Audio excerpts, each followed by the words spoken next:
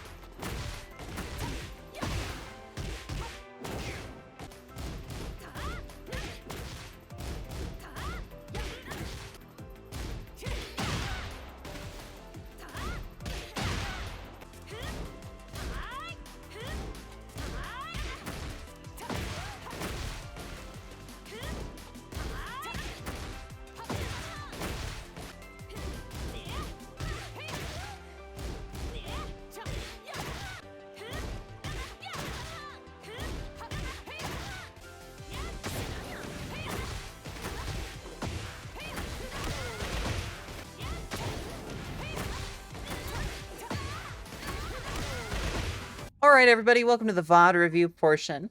This VOD that I've picked out for us today is kind of an interesting one. This is a really defensive player, and I know a lot of people struggle with how to open up turtles and stuff like that.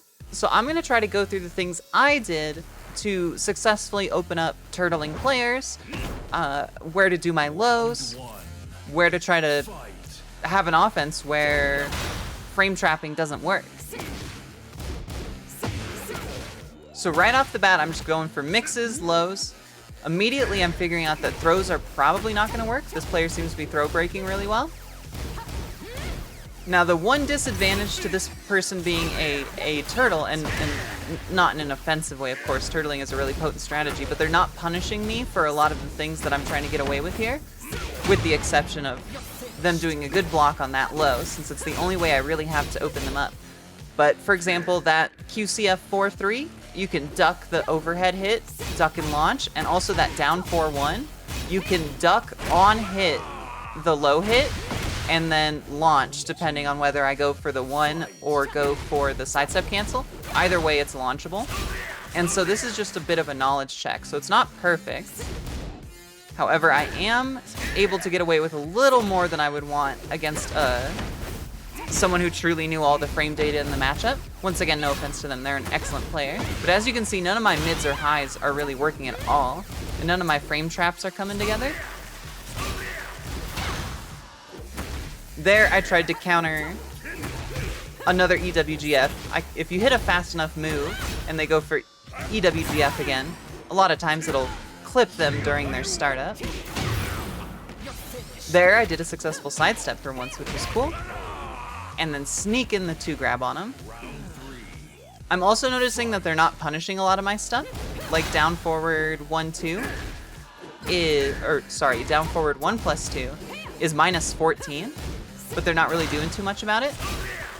So this gives me an opportunity to really scope out the best way for me to actually run offense here. Now granted, it does mean I'm getting away with a lot more than I should. That's just life. So there, I tried to do the same thing with stuffing in EWGF, but they went for jabs, which obviously beats whatever I go for there. I don't know what Heihachi's punishes are for minus 14 moves, but Nina in particular has a lot of moves that are minus 14.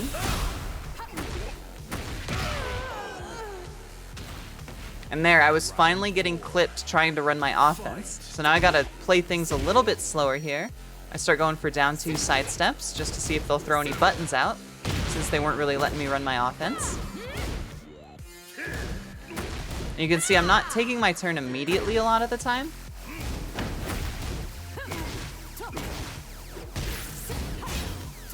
And just trying to whip out a lot of lows, which is really what you have to do against people who are turtling a ton.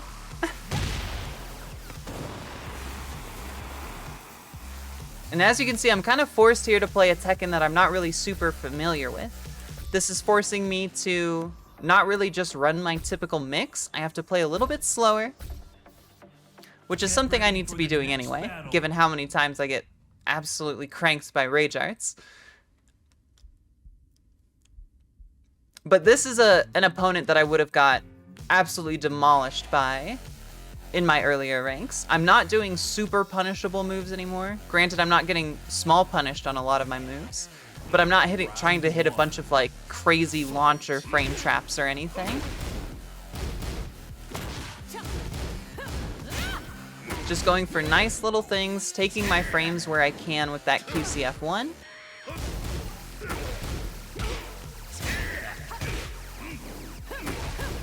You can see they're not really committing anything super dangerous either.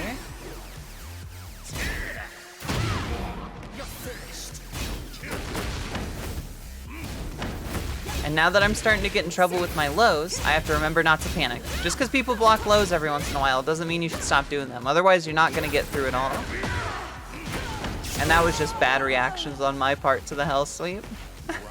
They'd been doing Hell Sweep nothing to see what I would do, and I was just too slow. I wanted to commit block there for sure. So here I'm just taking frames to try to get to the wall. I go for the up forward 1+2 grab.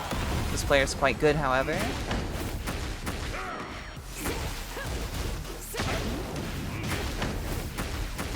And now that I'm starting to get in trouble with my lows, I have to switch up my game plan a little bit more.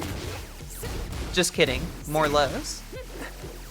See, don't be afraid, chat room. Just if your mix gets stopped once, no need to end it there. Damn, I really did a lot of QCF3s, huh?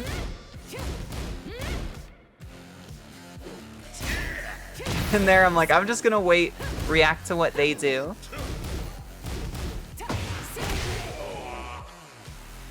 And small Tekken gets me the round win in the end. Ooh, I got punished for that one. That's something that I've been doing a lot recently, is down 2, sidestep, down 2, sidestep. And then I can opt for sidestep 2 to launch if I think they'll duck, or I can sidestep down 2 again to just rack up more damage. That time I got knowledged. So now that I've forced them to duck the low,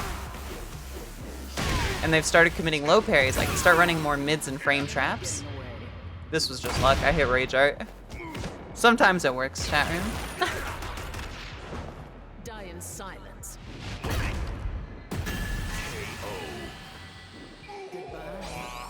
But you gotta think of it like death by 1,000 cuts. Like, I didn't get any launches in most of these rounds, and just peppered lows over and over until I start to be able to commit to them, wanting to duck, low parry, etc. And that opens up my offense a lot more, because you can't duck lows forever. Nina's lows are okay, they're pretty good. I think if I was to redo this match, I would try to do more wipe the floors. But now you can see some of my mids are getting through. If I was me, I'd hit Rage Art here. Oh man, I didn't. There I went for the Heat Engager mid. It's safe. Oh, I deserved this. Absolutely. See, that's the downside, is if I don't play too slow, if I try to mix, you can always catch Nina with Rage Art in between her sidestep cancels and stuff, with the exception of if she does sidestep nothing. However, you have to find a very patient Nina, and I am not that kind of Nina player. And there is a good example of me interrupting the EWGF with a quick little jab.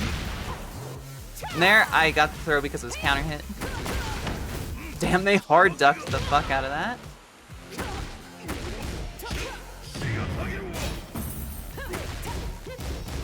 And something I've noticed with my throw breaks is sometimes I commit a button too fast. I need to wait just a little bit to make sure I'm pressing the right button.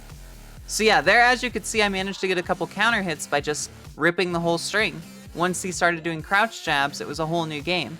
So that's the lesson for this one, chat room, is if you find a turtle, force them to stop turtling. If you do enough lows, if you do enough, well, honestly, that's all you can really do against turtles if they can throw break.